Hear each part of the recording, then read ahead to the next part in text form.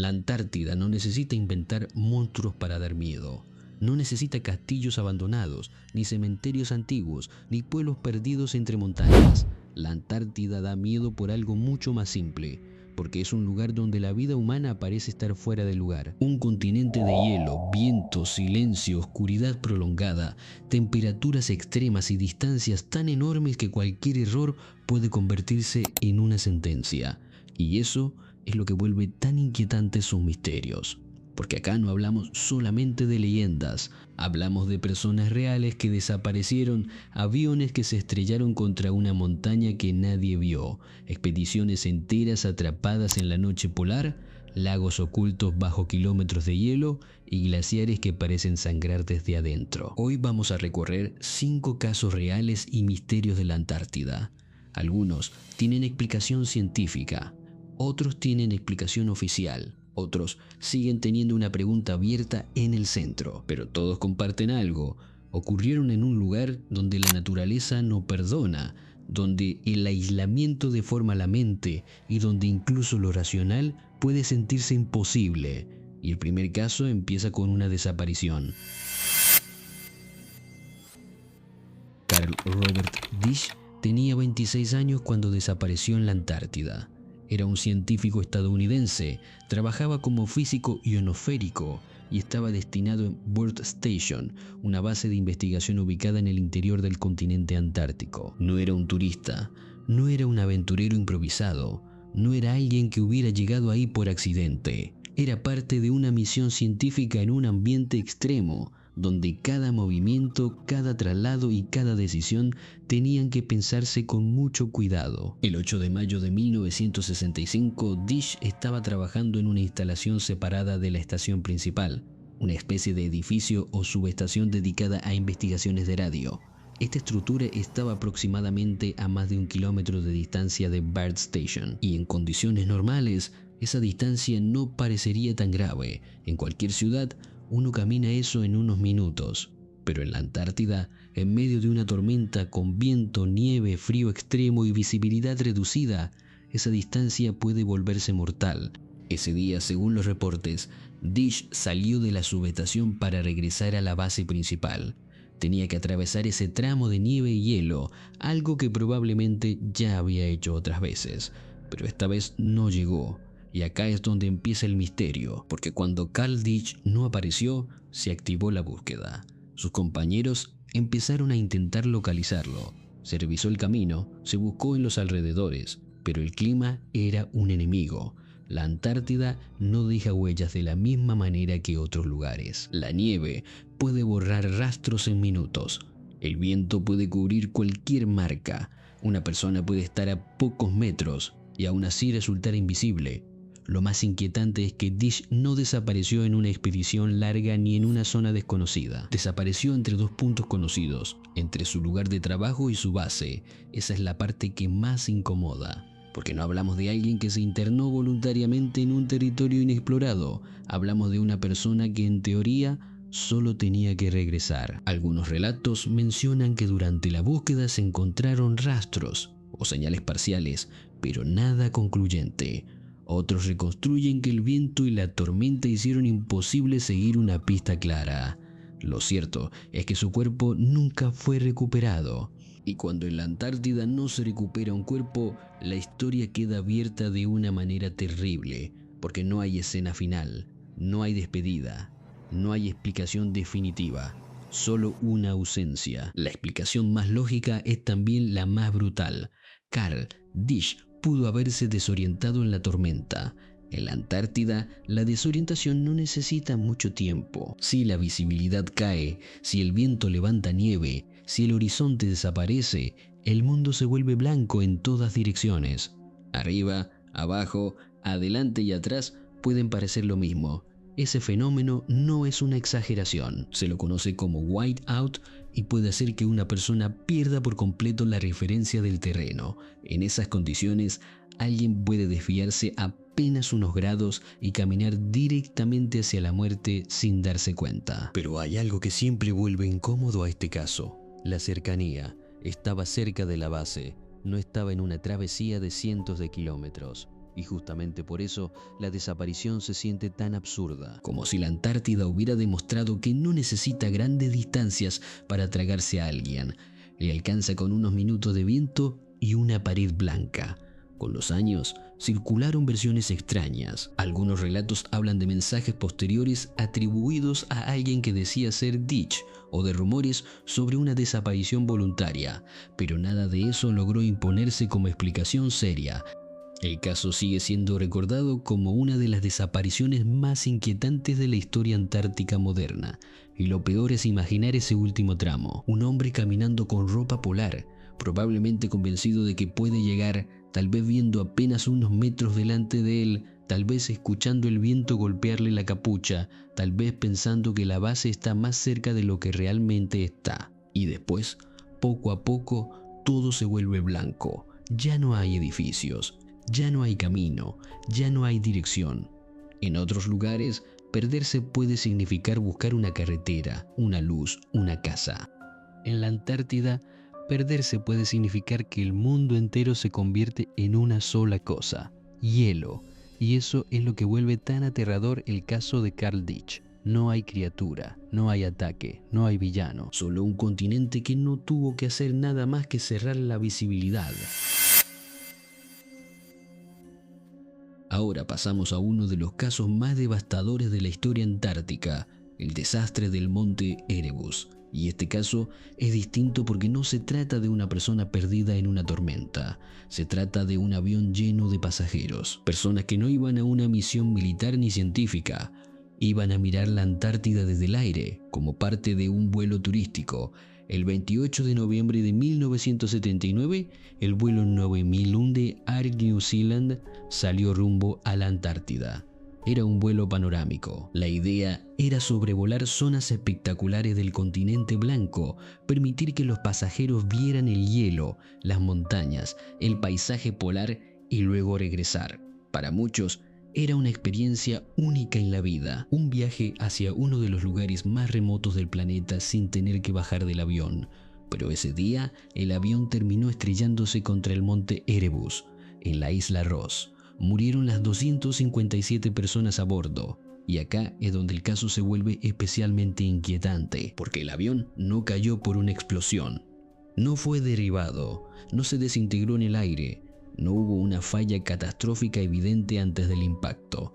El avión volaba, según los pilotos, en condiciones donde ellos creían estar siguiendo una ruta segura. El problema era que no estaban donde pensaban. Uno de los factores centrales fue un cambio en las coordenadas de navegación. Antes del vuelo, la ruta había sido modificada en el sistema, pero los pilotos no fueron informados adecuadamente de que esa modificación los llevaría por un camino diferente al esperado. En lugar de pasar sobre una zona segura, la aeronave terminó alineada hacia el monte Erebus. Pero eso todavía no explica por qué no vieron la montaña. Y acá entra uno de los fenómenos más peligrosos del mundo polar, la ilusión visual provocada por el blanco. En la Antártida, bajo ciertas condiciones, el cielo, la nieve, las nubes y el horizonte pueden fusionarse. Una montaña cubierta de hielo puede confundirse con el fondo. La luz no crea sombras claras, la profundidad desaparece. Lo que parece espacio abierto puede ser una pared de hielo acercándose a cientos de kilómetros por hora. Los pilotos estaban volando hacia una montaña, pero la montaña no se veía como una montaña. Eso es lo aterrador del desastre del monte Erebus, la idea de una amenaza enorme, gigantesca, inmóvil, justo delante del avión, y aún así invisible para quienes iban en la cabina. Una montaña entera camuflada por la luz. Después del accidente, hubo investigaciones, controversias, acusaciones, errores institucionales y un proceso dolorosísimo para Nueva Zelanda. La tragedia no solo dejó víctimas, dejó una herida pública, porque la pregunta no era solamente ¿por qué se estrelló el avión? La pregunta era ¿cómo pudo una cadena de decisiones, silencios, cambios de ruta y condiciones visuales llevar a 257 personas directamente contra una montaña? Y ahí aparece lo más inquietante. Este desastre no fue causado por una sola cosa, fue causado por una combinación, un cambio de coordenadas, una comunicación deficiente, una confianza en la ruta, un entorno blanco que engañó a los sentidos, una montaña que no se distinguía, un continente que convirtió un error humano en una tragedia absoluta.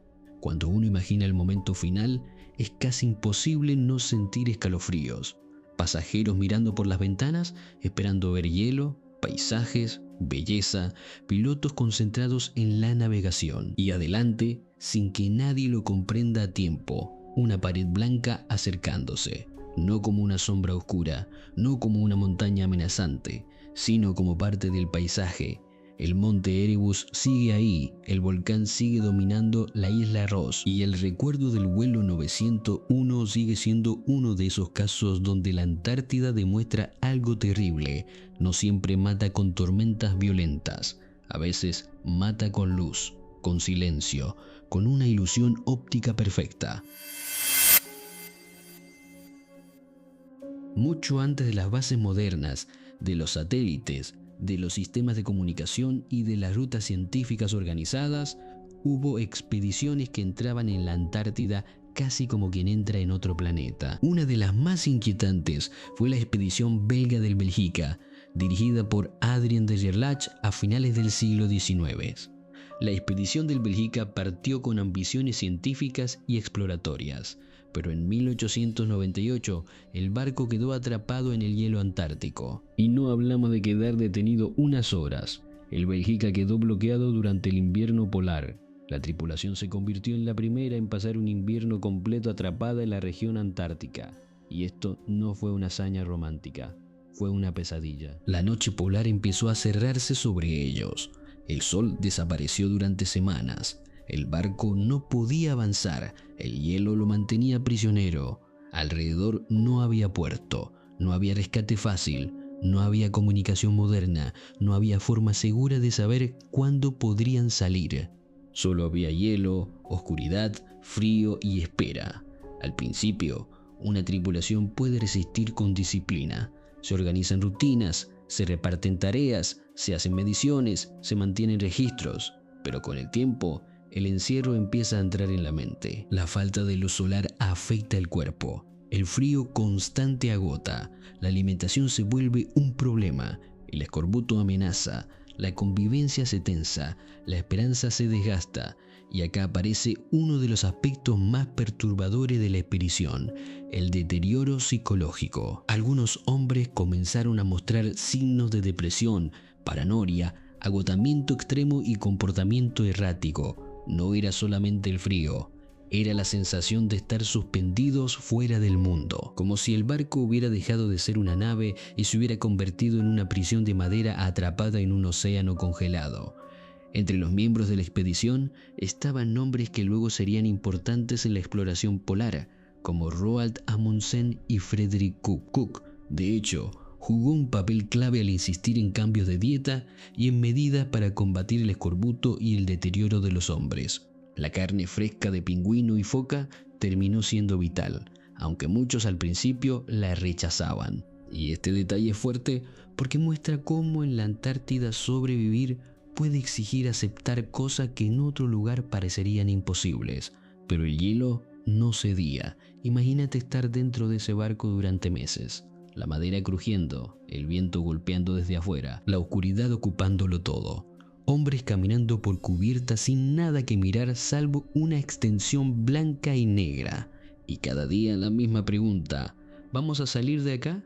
Lo más angustiante del caso es que el Bélgica no estaba hundido, no estaba destruido, no estaba técnicamente perdido, estaba atrapado. Y esa diferencia es importante, porque cuando algo se rompe, uno sabe cuál es la crisis, pero cuando algo simplemente queda inmóvil, la crisis se vuelve psicológica. La muerte no llega de golpe, se acerca lentamente, día tras día, con frío, enfermedad y silencio. Al final, la tripulación logró abrir un canal en el hielo. Trabajaron cortando, serruchando y rompiendo una salida hasta que el barco pudo moverse.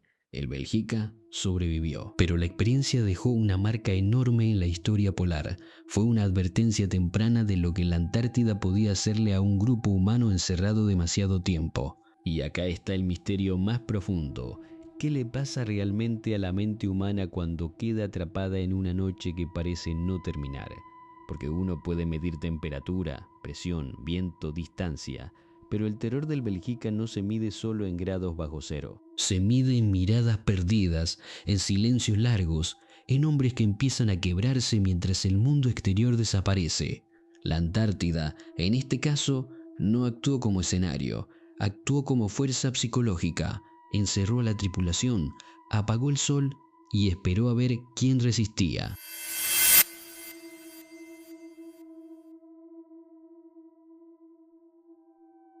Ahora vamos a dejar las expediciones y los accidentes para entrar en un misterio completamente distinto. Uno que no tiene una desaparición humana en el centro, sino una pregunta científica enorme. ¿Qué puede vivir bajo casi 4 kilómetros de hielo? Debajo de la estación rusa Vostok, en una de las regiones más extremas del planeta, existe un lago gigantesco oculto bajo la capa de hielo antártica. El lago Vostok es uno de los mayores lagos subglaciales conocidos del mundo. No se ve desde la superficie, no tiene una orilla accesible, no refleja el cielo, está sellado bajo una presión inmensa, en oscuridad total, aislado del ambiente exterior durante muchísimo tiempo. Y acá es donde el caso deja de parecer geología y empieza a parecer ciencia ficción. Durante años, los científicos sospecharon que podía haber agua líquida bajo el hielo.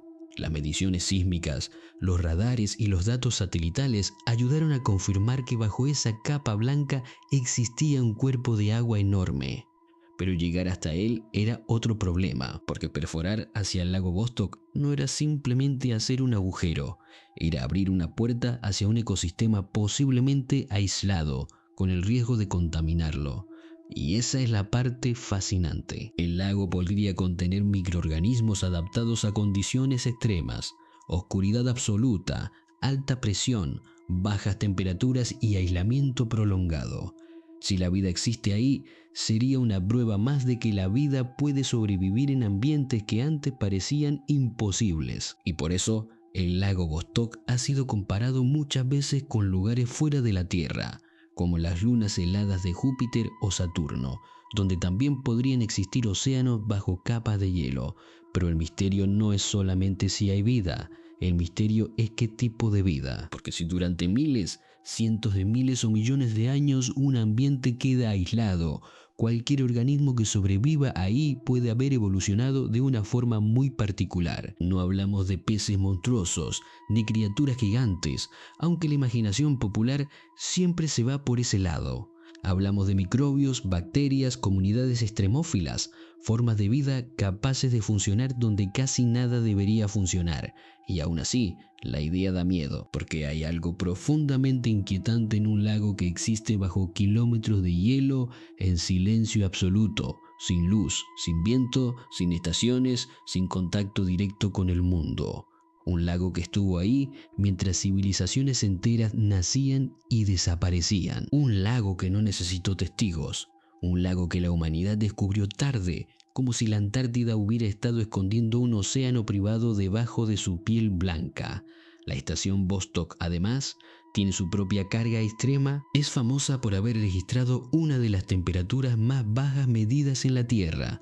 Entonces el contraste es brutal. En la superficie, un infierno congelado. Debajo, agua líquida. Arriba, viento y frío mortal. Abajo, un mundo quieto que tal vez guarda vida. Los científicos han estudiado muestras relacionadas con el lago, hielo de acreción y posibles señales biológicas. Pero el tema sigue siendo delicado, porque cualquier exploración directa debe evitar contaminar un ambiente único. Y eso convierte al lago Vostok en un misterio que no puede ser tratado con desesperación. No se puede entrar como en una cueva cualquiera.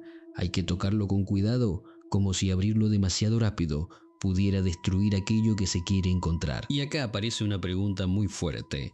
¿Cuántos mundos ocultos existen bajo la Antártida?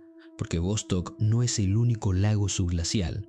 Hay muchos más. La Antártida no es simplemente una masa de hielo inmóvil. Debajo hay agua, presión, canales, sedimentos, movimiento, química, quizá vida. Desde arriba parece un desierto blanco, desde abajo puede ser una red de mundos encerrados. El lago Vostok no es un misterio de fantasmas ni de desapariciones. Es un misterio más profundo, el de la vida escondida donde no debería haber vida, y quizá por eso incomoda tanto, porque nos recuerda que todavía hay partes de la Tierra que conocemos peor que la superficie de algunos cuerpos celestes. Y cuando uno piensa en ese lago sellado bajo el hielo, la pregunta no es solo ¿qué hay ahí? La pregunta es ¿desde cuándo nos está esperando? El último caso parece una imagen imposible, una catarata roja saliendo de un glaciar en medio de la Antártida, como si el hielo estuviera herido, como si algo debajo de la superficie estuviera drenando sangre hacia el exterior. Se la conoce como Blood Falls o cataratas de sangre y se encuentra en la zona del glaciar Taylor, en los valles secos de McMurdo. Fue observada por primera vez en 1911 durante una expedición asociada al explorador Griffith Taylor. Desde entonces, la imagen se volvió una de las más extrañas del continente antártico. Una mancha roja intensa derramándose sobre hielo blanco. Al principio, se pensó que el color podía deberse a algas rojas. Esa era una explicación razonable para la época, pero después se entendió que el fenómeno estaba relacionado con salmueras ricas en hierro. Cuando ese líquido subglacial emerge y entra en contacto con el oxígeno, el hierro se oxida y el resultado visual es ese rojo tan inquietante, parecido a sangre. Pero lo más interesante es lo que hay detrás de esa explicación. Blood Falls no es simplemente agua roja, es la salida visible de un sistema oculto bajo el hielo. Una salmuera antigua, extremadamente salada, atrapada en condiciones extremas, que logra mantenerse líquida bajo temperaturas bajísimas. Ese líquido viene de un ambiente subglacial aislado, oscuro y químicamente extraño. Y como en el caso del lago Vostok, la gran pregunta es qué tipo de vida puede existir en esos lugares. Los estudios han encontrado comunidades microbianas capaces de sobrevivir en ese ambiente sin luz solar directa, utilizando procesos químicos para obtener energía. Y eso vuelve a conectar la Antártida con la astrobiología, porque si la vida puede mantenerse en una salmuera oscura bajo hielo antártico, entonces tal vez podría existir en ambientes similares fuera de la Tierra. Pero más allá de la explicación científica, la imagen sigue siendo perturbadora. Uno puede saber que no es sangre, puede entender la química, puede conocer el hierro, la oxidación, la salmuera, la presión, y aún así, cuando ve esa catarata roja saliendo del hielo, el cuerpo reacciona antes que la razón, porque parece una herida, parece que el glaciar está expulsando algo que llevaba mucho tiempo encerrado. Y acá hay un punto muy importante. Muchas veces creemos que explicar algo elimina el misterio, pero Blood Falls demuestra lo contrario. La explicación puede hacerlo todavía más extraño, porque antes era simplemente un glaciar que sangra. Ahora sabemos que es una ventana hacia un sistema subterráneo antiguo, salado, oscuro, aislado y posiblemente habitado por microorganismos extremos. Es decir, no era menos misterioso. Era más. Durante años, los científicos intentaron entender cómo esa salmuera llegaba hasta la superficie. Investigaciones recientes ayudaron a explicar mejor el mecanismo. La presión del glaciar puede empujar esos fluidos hacia afuera en pulsos, permitiendo que el líquido emerja a través del hielo. Esa dinámica muestra que el glaciar no es una estructura muerta. Se mueve, presiona, libera, respira de una forma lenta y geológica. Y eso es lo que vuelve tan poderosa a Blood Falls, porque parece un fenómeno sobrenatural, pero es real, está ahí. No pertenece a una leyenda, no depende de un testigo asustado, no necesita un relato exagerado. Es una catarata roja saliendo de un glaciar blanco en uno de los lugares más hostiles del planeta.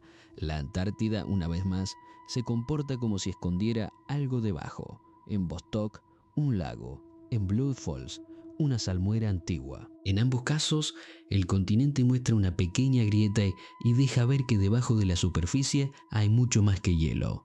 Y quizá esa es la imagen perfecta para cerrar este recorrido, porque la Antártida entera funciona como Blood Falls. Desde lejos parece blanca, silenciosa, congelada, casi vacía. Pero cuando uno mira mejor, aparecen historias debajo. Hombres desaparecidos, aviones perdidos, barcos atrapados, lagos ocultos, fluidos rojos, vida microscópica, errores humanos y misterios que no se dejan cerrar del todo. Si juntamos estos 5 casos, aparece una Antártida mucho más inquietante que la de los mapas. Carl Disch nos muestra que una persona puede desaparecer entre 2 puntos conocidos, tragada por la nieve y el viento. El vuelo 901 recuerda que una montaña entera puede volverse invisible bajo la luz polar. El Bélgica nos muestra que el hielo no solo atrapa barcos, también puede quebrar la mente humana. El lago Vostok nos abre la pregunta de qué tipo de vida puede existir bajo kilómetros de hielo. Y Blood Falls nos deja una imagen imposible, un glaciar blanco expulsando un líquido rojo desde un mundo oculto. Lo más interesante es que todos estos casos tienen explicaciones posibles. Disch probablemente se desorientó en una tormenta. El vuelo 901 fue consecuencia de una cadena de errores y condiciones visuales extremas. El Bélgica quedó atrapado por el hielo y sufrió los efectos del aislamiento. El lago Vostok es un sistema subglacial real. Blood Falls se explica por salmueras ricas en hierro, pero aún así, cada caso sigue dando una sensación rara, porque entender una causa no siempre elimina el miedo, y tal vez esa sea la clave de la Antártida. No es misteriosa porque no sepamos nada de ella. Es misteriosa porque incluso cuando sabemos, sigue pareciendo imposible. Sabemos que el whiteout existe, pero sigue siendo aterrador imaginar una montaña invisible. Sabemos que el hielo se mueve, pero sigue siendo inquietante pensar en un barco atrapado durante meses en la oscuridad. Sabemos que hay lagos subglaciales, pero sigue siendo extraño imaginar agua líquida y quizá vida bajo kilómetros de hielo. Sabemos que Blood Falls no es sangre, pero sigue pareciendo una herida abierta en el continente. La Antártida no necesita inventar el terror. La Antártida es el terror en estado natural: silencio, frío, distancia, blancura, aislamiento y una indiferencia absoluta hacia la vida humana. Así que ahora quiero saber qué piensan ustedes. De estos 5 misterios reales de la Antártida, ¿cuál les parece más inquietante? ¿La desaparición de Carl Disch, porque demuestra que una tormenta puede borrar a una persona para siempre? ¿El desastre del Monte Erebus, porque un avión entero voló contra una montaña que nadie pudo ver? ¿La expedición del Bélgica, porque muestra cómo la noche polar puede afectar la mente? ¿El lago Vostok, porque podría esconder formas de vida aisladas bajo el hielo? ¿O Blood Falls, porque parece una señal visual de que debajo de la Antártida hay algo mucho más complejo de lo que imaginamos? Déjenme su teoría en los comentarios, porque de verdad quiero leerlos. Y también quiero saber algo más. ¿Creen que la Antártida es simplemente un continente extremo lleno de fenómenos naturales difíciles de entender? ¿O creen que todavía guarda misterios que la humanidad no está preparada para encontrar?